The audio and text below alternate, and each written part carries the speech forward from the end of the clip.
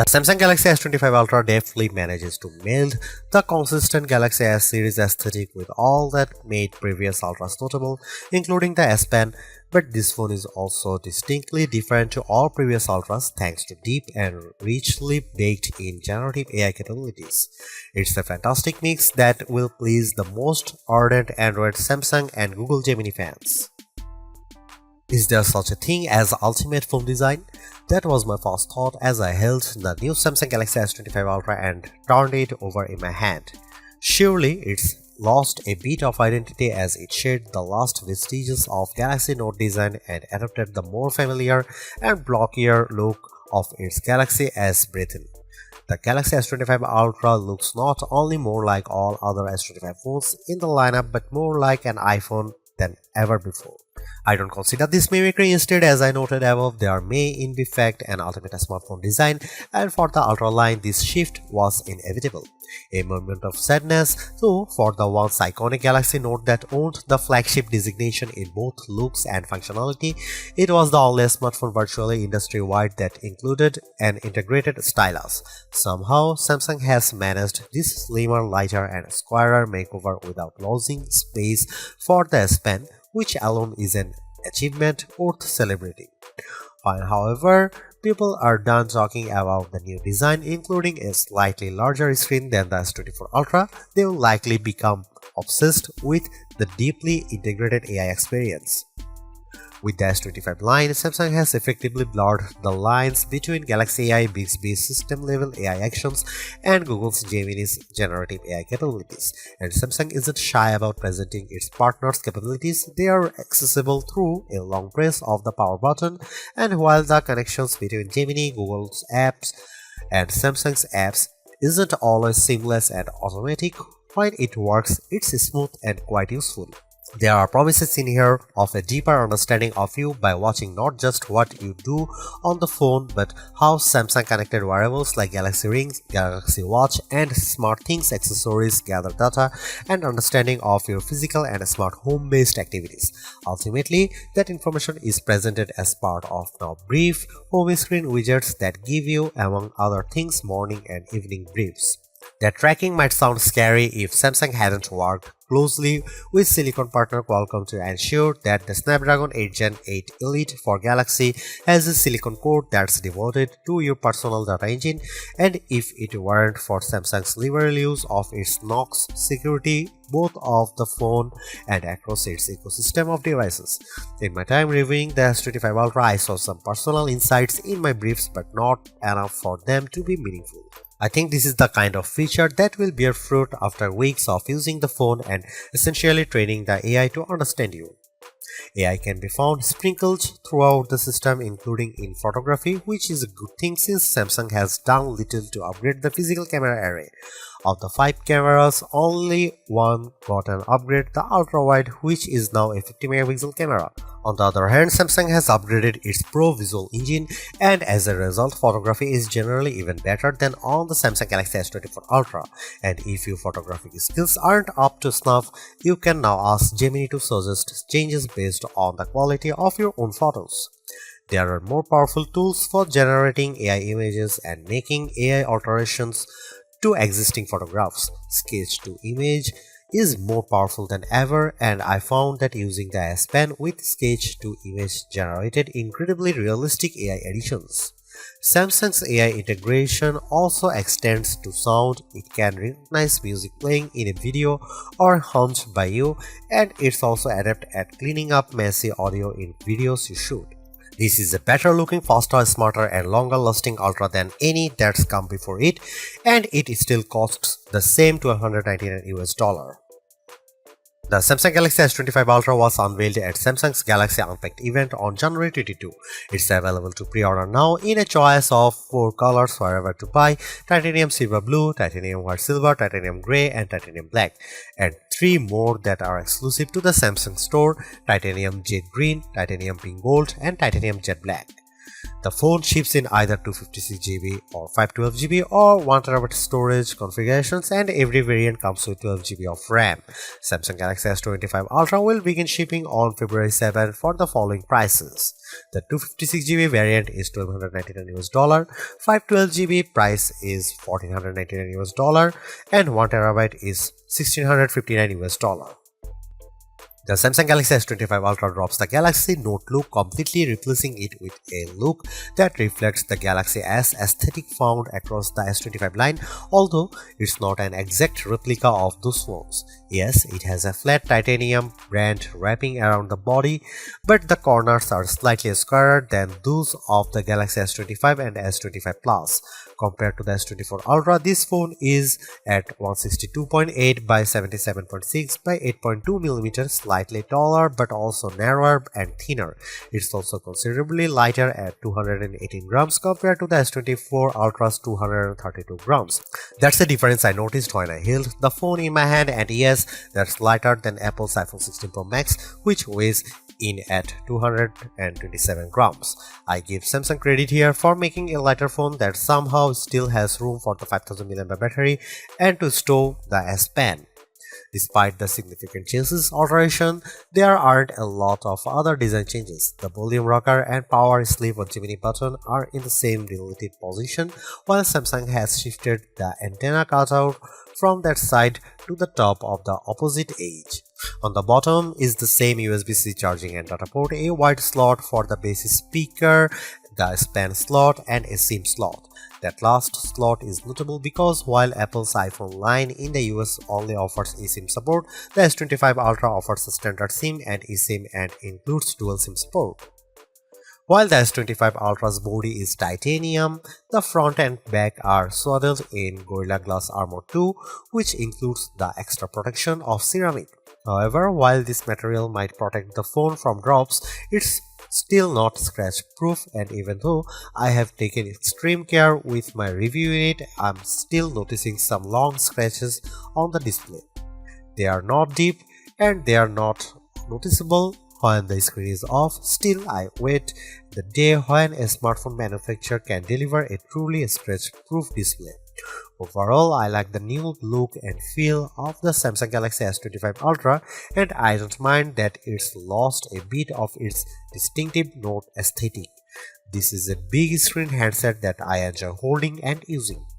Samsung has managed to make the Galaxy S25 Ultra screen 6.9 inches, that's 0.1 inches larger than the S24 Ultra's screen, and it's all thanks to a 15% smaller bezel surrounding the display. This change to the screen size is almost the full extent of changes between the S24 Ultra and S25 Ultra. It's still a Quad HD Plus display that's capable of running 3120 by 1440 pixels, which is higher res than the iPhone 16 Pro Max's 2868 by 1320 Super Retina XDR display. You won't see that S25's Quad HD Plus resolution though unless you dig into setting and switch from the default Full HD Plus resolution, and there's a good reason to leave well enough alone, as the Full HD Plus resolution looks excellent in most situations and you will get better battery life by sticking with the lower resolution. This is still an adaptive refresh rate display, auto switching from 1Hz to 120Hz on an as needed basis. Again, you can save a bit of battery life by switching to 60Hz, but the battery smooth motion is, in my opinion, worth the trade-off. There is one notable update that's not to the display itself, but the display is where you will see it. ProScaler is an image upscaling technology adopted from Samsung's TV Tech. The ability to upscale any lower resolution content is powered by silicon and might come in handy if, say, you are playing an old game or watching an old video on the Quad HD Plus screen. It's a beautiful, perfectly flat screen, and unlike on the iPhone 16 Pro Max, there's no large island cutout for cameras, sensors, and information. Instead, there's just a small circular cutout for the 12-megapixel front-facing camera, and it's not something you notice while watching movies, playing games, browsing the web, or engaging with Gemini. Underneath The screen is an ultrasonic fingerprint reader. I initially only registered my thumb but found that the scanner sometimes struggled to read my print. My skin is incredibly dry right now, so that might have contributed to the flakiness. Later, I registered multiple digits and found better luck with an index finger. I also used a pin and my face to unlock the phone. The integrated S Pen looks, feels and essentially works the same as the S Pen in the S24 Ultra, but with one notable difference: it no longer has Bluetooth Low Energy support. This means that some of the long-distance remote control features no longer work. You can't use them button on the Pen 2, for instance, advanced lights. Samsung told me they removed BLE support because so few people were using the related features, and I can say that I didn't miss it in my tests. In general, I'm a big fan of the S Pen. It's thin and small but a worthy drawing implement. I used it in notes, sketchbook and sketch to image, and it's also good for note taking. I was impressed by how effortlessly Samsung Notes could convert my scroll to accurate text. At a glance, the Samsung Galaxy S25 Ultra camera area looks unchanged from the S24 Ultras, but Samsung has given the array a visual upgrade. All the lenses now appear to almost float above the chassis. It's a neat effect, but for the most part it's a skin-deep alteration, and Samsung has left almost all the camera aspects unchanged. Here is what you will find on the S25 Ultra. You get the same 200 megapixel main sensor, 50 megapixel 5x telephoto, 10 megapixel 3x telephoto, and 12 megapixel front shooter found on Samsung's previous Ultra model. The only new camera of the bunch is the 50 megapixel ultra wide. More pixels here mean better low light performance for ultra wide shots and more detailed macro shots. As evidenced in my test, this is mostly because the camera defaults to bind shooting, which means it's combining roughly 4 pixels for each one in the final image. Similarly, you will do most of your 200 megapixel main camera shooting in a pixel binned 12 megapixel mode. Here are some camera samples of Samsung Galaxy S25 Ultra.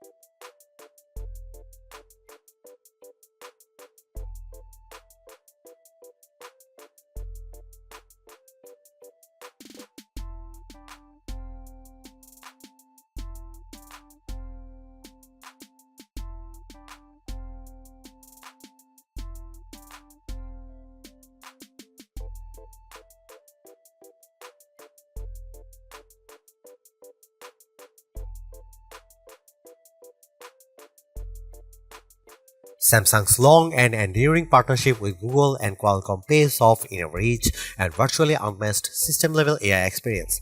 One of the hallmarks of this system is that it's less about which AI is doing what than it is about execution and availability.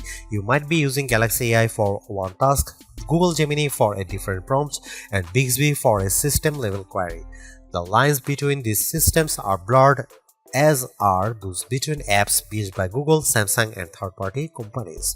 Samsung likes to talk about AI agents, though I wouldn't yet call these agentic AI, as most of the AI inside the S25 Ultra is not acting on your behalf without your intervention. But it doesn't take much to launch relatively complex queries beyond a long press of the power button and speaking to the phone. Interactions with Gemini and other AI can be as simple as pressing the button and asking a question about the weather, or as complex as find me chili recipes on YouTube and then collect them in a note. the prompt results in Gemini pursuing YouTube, finding the recipes and then collecting them in a Samsung Note. This cross-app prompt functionality works with a small collection of non-Google and non-Samsung apps, including Spotify and WhatsApp. I asked Gemini to find science-related podcasts on Spotify and then make a list of them in Notes. Unfortunately, Gemini collected a list of links, and then I asked Gemini to please find me a list of names. It would not comply. My other complaint with these cross-app connections is that nothing works unless you link apps like Spotify to your Google account. Multimodal capabilities mean that the AI can react to everything from photos and videos to audio. Samsung, though, has some work to do on making these processes simple and seamless. I also used the feature to identify various plants and followed up with questions about how to care for each of them. In each case, Gemini maintained the context of our conversation. One of the more exciting aspects of the S25 Ultra's AI capabilities is its potential to learn about you and offer helpful daily guidance. This shows up as the new Now Brief widget on the home screen. At a glance, this might appear like a simple, albeit personalized widget with some information about your day, but it's more than that and may become more useful the more you use the phone and the more Samsung devices you own. Now, Brief is tied to the new personal data engine, a local bit of learning AI that's housed in a special core on the Qualcomm Snapdragon 8 Gen Elite chip. The S25 Ultra uses their processing space to gather and analyze useful and, of course, encrypted data and insights about you, and then present it in morning, midday, evening, and late night briefs. These include basic info like calendars, weather, and reminders. But they can also give you insights such as your energy score, and if you wear a Samsung Galaxy Watch or Galaxy Ring to bed, your sleep quality. Eventually, it will start offering suggestions on how you can improve these metrics. Samsung's mix of local encrypted data and occasional cloud-based AI mirrors that Apple is doing with Apple Intelligence. Most of its AI is local, but it will sometimes send the data to its encrypted cloud or even, with your permission, pass it off to third parties like ChatGPT. Samsung's unfettered use of Gemini and easy blending of Bixby system features and third-party apps make Samsung's AI offering feel more complete and comprehensive.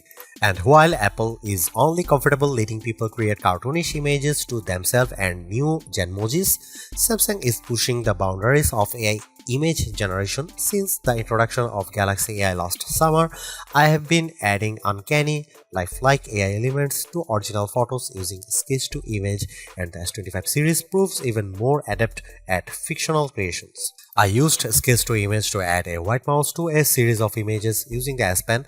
I sketched a simple line drawing of a mouse, doing my best to accurately position it on each surface. Then I let Samsung Galaxy AI do its work. The results were jaw-dropping. The only way you'd be able to know that the white mouse had not coincidentally appeared in each photo is the AI-generated content watermark on each images. Drawing Assist lets me sketch anything poorly and generate watercolors, cartoons, pop art, 3D cartoons, oil paintings, and sketches based on it. I can also generate images from text and original photos. The sketch features do a nice job of turning photos into line drawing. The system can be a bit unpredictable, though. I entered the prompt a bird flying over the Empire State Building, and S25 Ultra's Image Assist refused to generate an image because the prompt might contain inappropriate content. More practically, Samsung's Galaxy AI was effective at helping me clean up images using generative edit. It was effective at removing a man who chose to step into frame just as I was trying to run some nightography test. AI has helped Samsung add its own Shazam feature. If I'm watching a video with a song in it, I can identify it by pressing the virtual home button and choosing the note icon. This worked every time when I tried it with YouTube and Instagram Reels, and it was also able to identify any song I tunefully hummed. A more useful audio feature in my opinion is the new audio eraser. This is very similar to Apple's audio mix tool. Both can identify, separate and remove background noises in videos. Samsung's version did an excellent job of removing all noise from a video I shot on busy street. Yes, if you remove all background noise, the final audio can sound a bit unnatural, but I'm still impressed. As a system, One UI 7 is cleaner and smarter than ever. Even Gallery has been given an AI upgrade, so it's better at returning useful photo results. I can now select the search icon and then speak my query with typically accurate results. I asked for photos of plants and the S25 Ultra instantly returned all my photos that include plants. I still prefer using Google Photos, which of course is preloaded on the system and can back up all your Galaxy S25 photos. If you let it do that, you'll find no better image search engine. The Samsung Galaxy S25 Ultra is the best Android phone you can buy right now. Interacting with AI has never felt more natural or useful. In addition, the phone's gorgeous screen, helpful S Pen, solid battery life and class-leading power all contribute to Samsung's most well-rounded offering. Top-tier cameras with exceptional zoom merely top it all off. You can get a similar overall experience from the Galaxy S25 Plus and the Pixel 9 Pro XL for less money, but with a slightly smaller screen and without the stylus. For anyone seeking the ultimate Android phone too, the Galaxy S25 Ultra is our editor's choice winner.